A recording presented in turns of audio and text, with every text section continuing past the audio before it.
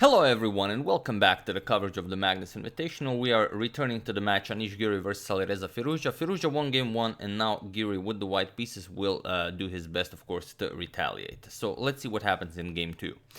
Giri opens with e4 and we have c6 by Alireza going for the Caro-Kann defense. We have d4, d5 and now e5. Giri goes for the advanced variation. And bishop to f5, not worrying about any bayonets attack. So knight to f3, Giri goes for the main line. We have e6 and now bishop to e2. So now the pawn chain has been finished and the bishop is out of its cage.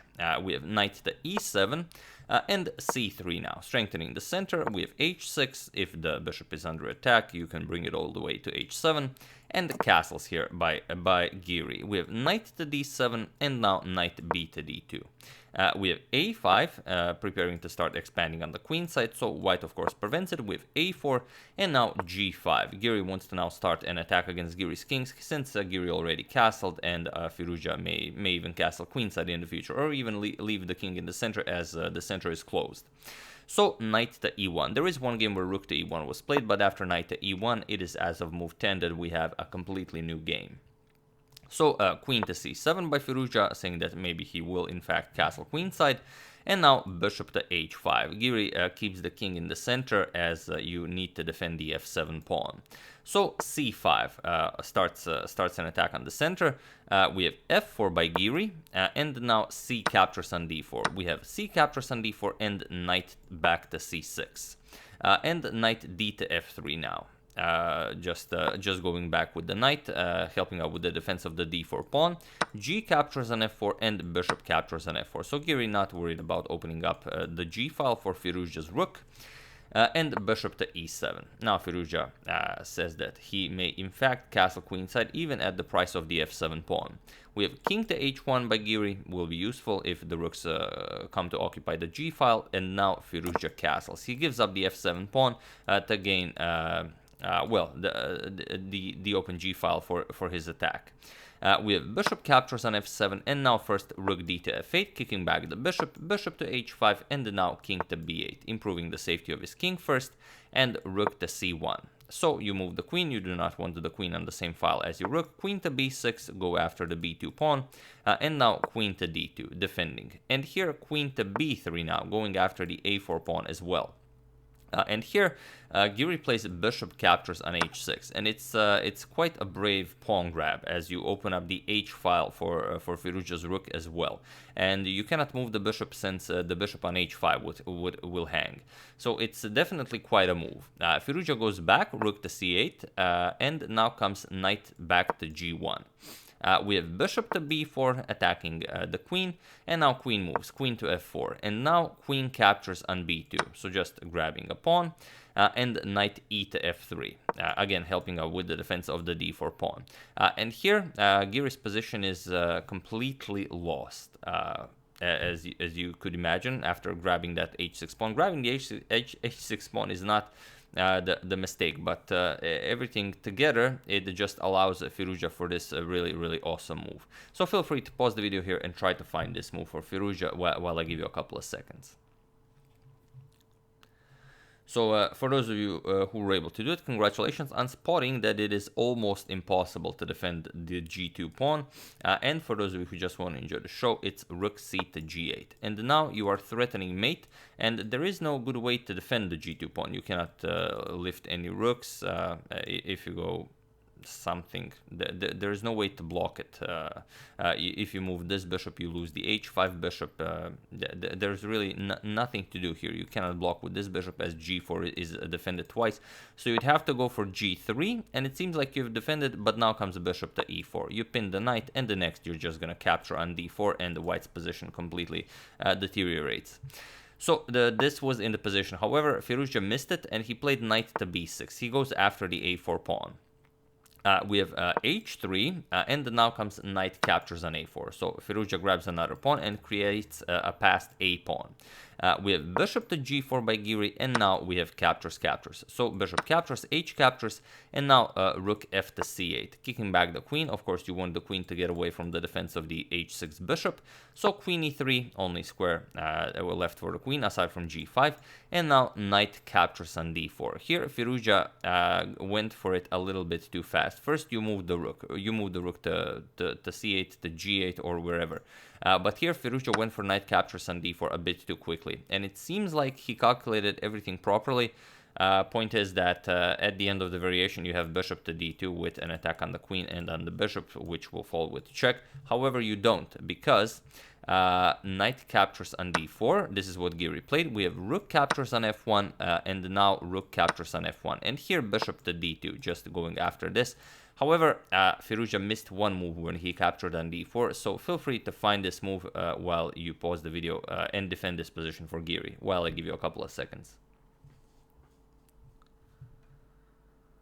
So for those of you who were able to do it, congratulations on removing one of the attackers from the bishop on h6. And for those of you who just want to enjoy the show, it's rook to f8 check. Only move that saves Giri, and Giri finds it.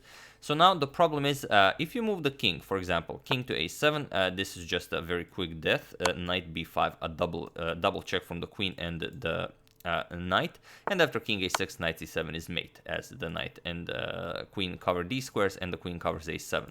So that would be very unfortunate. And if you go to c7, it's not much better. Knight e6 check, you're gonna go to d7, and now you just get the queen out of harm's way, and black's king in the center of the board is completely lost. Even if you grab the bishop with check, still doesn't help you. This is now a threat, and there's just not much to do. Queen and rook will mate the black king. Even if you capture here, then queen f5 check, you have to move the king, and queen f7 will be mate as the pawn controls d6. So really a difficult position for Firouzja. So after rook f8 check, of course not going anywhere with the king, rather rook captures on f8, but now Giri can just grab the bishop. Queen captures, as there is no longer this pin, so you do not lose the queen. So rook back to h8 by Firouzja, and now knight back to h3, not allowing the pin to exist, and queen to a1 check. Firouzja still pushing this for a win. King h2, and now knight back to c5. We have g5, now Giri starts pushing his passed pawn, and knight to e4 now. We have queen to e3, and now comes rook to g8, going after, putting pressure on the g5 pawn, not allowing it to be pushed to g6 and g7. And here, knight to f4 by Giri. We have a4, Firouzja again starts pushing his passed pawn, and here grabbing this pawn is definitely the way to go, but both players are very low on time, and it's a complicated position, so Giri instead goes for knight to c6 check. He sacrifices the knight for either a very weird continuation of the game, or just for a nice perpetual. For example, if the knight is captured, then queen b6 check, and you can just continue checking the black king. King goes here, check, and then if the king goes back, you continue checking him, and if the king goes here, you might even want to choose to go d7 check and capture this and still continue to play this game, or you can just happily continue to be checking the black king. However, most likely result would be a draw. But Alireza doesn't want a draw. Alireza goes for king to c7. He wants to continue this game. And now Giri goes back. Knight to d4. And now knight to b5 with check. First a3. Firouzja starts pushing the pawn. And now knight to b5 with check. King to c6. And now knight captures on a3. So unfortunately for Firouzja, he also blundered the a3 pawn with check. Queen captures on e5 now, putting a pin on this knight here, but now knight to c2. Going for d4 and b4, which will threaten the black king, so king back to d7, and now knight to d4, again putting pressure on the e6 pawn, so of course Firouzja defends it, and now g3. Now the knight can finally move with queen back to c7, and now queen to b3, going for queen to b3, going for queen to b5 check, which will put a lot of pressure on the rook here. So knight to d6, stopping that, but now knight to h5, going for knight f6 check to fork the king and the rook. We have rook back to a8, and now knight to f6 check still. King to c8, and now queen to e3, going for the pawn. You could have captured it right away, but Giri doesn't want to rush anything, and he also has his passed pawn, which of course he wants to push. We have rook to a2 check by Alireza, and now king h3. We have queen to f7, preventing the pawn push, but now knight captures on e6. And here Giri is just much better position-wise, and also regarding material. He has a bishop and a knight for a rook. So knight to f5 attacking the queen, and the queen to c5 with check. King to b8, and now queen captures on d5, so grabbing yet another pawn. We have rook to f2, defending the knight, but now knight to d7 with check. We have king to c8, now comes knight to b6 with check, forcing the king back to b8, and now comes queen to d8 with check. And it was in this position on move 55 that Alireza Firouzja resigned the game, and Anish Giri is back in the match, equalizing in game 2. So here you resign because after you move the king, king h7, you get knight c8 check, and now you either go here and get mated with queen to b6, or you go up the board, for example king 8, but now knight d6 check just wins the queen, so that also works quite well for Giri. So really a weird game. Firouzja did everything well. He sacrificed the f7 pawn, went for the attack, had a win a few times during the game, but then he really rushed it with the knight captures on d4. Giri found a brilliant defense with rook to f8 check, and in the end Firouzja did not want to draw. He wanted to really crush Giri in game 2 and pretty much wrap up the match, but in the end that's why he lost the game. But it's definitely the right approach, as he no longer can qualify for the playoffs. He can no longer reach the top 4. So why not play as best as you can and try and win every game? So definitely the correct approach.